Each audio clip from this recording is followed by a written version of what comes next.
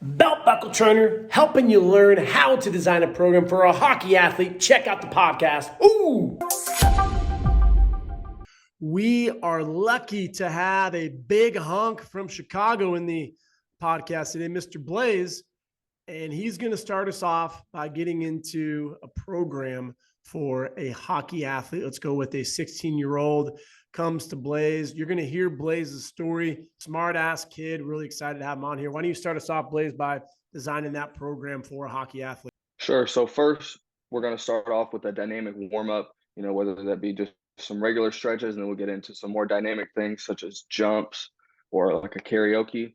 So once we're feeling good, we're warmed up, we'll get into a superset consisting of hang clean, 4 sets of 3, really working on power, higher intensity, supersetted with lateral medicine ball hops. So 3 sets of 10 on each side. Each side that we go to, we're bringing that ball with us, exploding to the other side.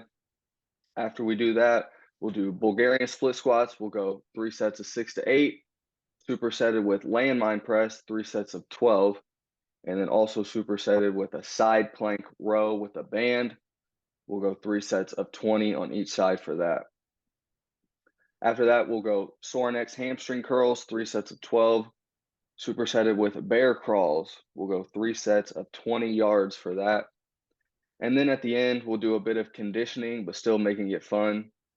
We'll do a game where, we're almost like playing football, except it's not just 2 wide receivers and 2 DBs. It's a team of wide receivers and a team of DBs, and you can only move so many steps before you got to pass the ball.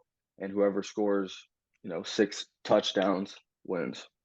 Love it. And so that would be essentially a needs analysis. Now you're working in an environment currently that is hockey specific, but do you have a hockey background? Nope, not at all. Prior to working with the athletes that I'm working with now, really couldn't tell you, any hockey positions other than a goalie. That's it. It's where I grew up at. It's not a super popular sport. Like literally no opportunity to play hockey where I live at. So working with these athletes is really opening me up to an entirely new market. Just making me smarter and getting me more experience for the future.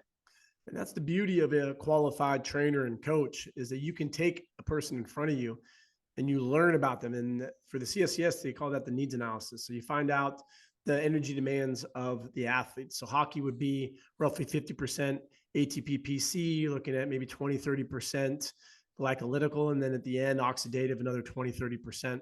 So that's how you would design the programs based off of its in-season, post-season, out of season, and where that individual is. And then you look at the demands for the sport. If we're multi-planar, is it a sprinter, which is all sagittal primarily, or in hockey, it's a lot of this, contralateral and cross-chain connection. And so that's why that lateral plank with the row, very, very specific to an athlete who needs that crossover. And those, they call that the oblique sling.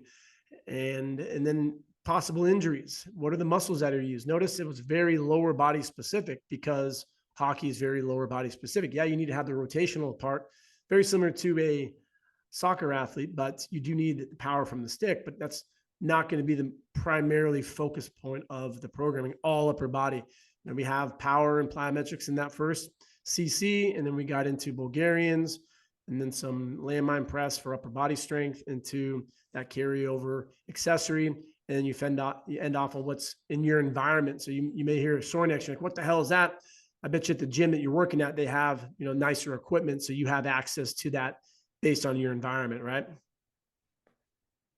Yeah, prior to working at this job, I had no idea what a Sorinex was. So, just little things like that, really add up to make you, a qualified trainer. So let's talk about that journey. Over a year ago, you came across Show Up. You're a smart hunk. You're getting your degree in kinesiology. And smart people I love, because cogs in the system, and if you're listening to this, your panties and jockstrap are going to get in a bundle. Well, we come across a textbook certification. You read one of the popular ones, you take a test, and then just like all these Facebook forums and Reddit, you hear people saying, I'm certified, but I have no idea what the fuck I'm doing. I don't know how to program. They're programming anecdotally, but you're a smart kid, and you go, you know what? A profession that is kinesthetic, you need hands-on learning. how am I going to get that through a textbook?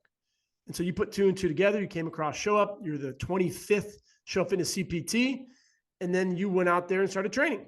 And you're working with people in your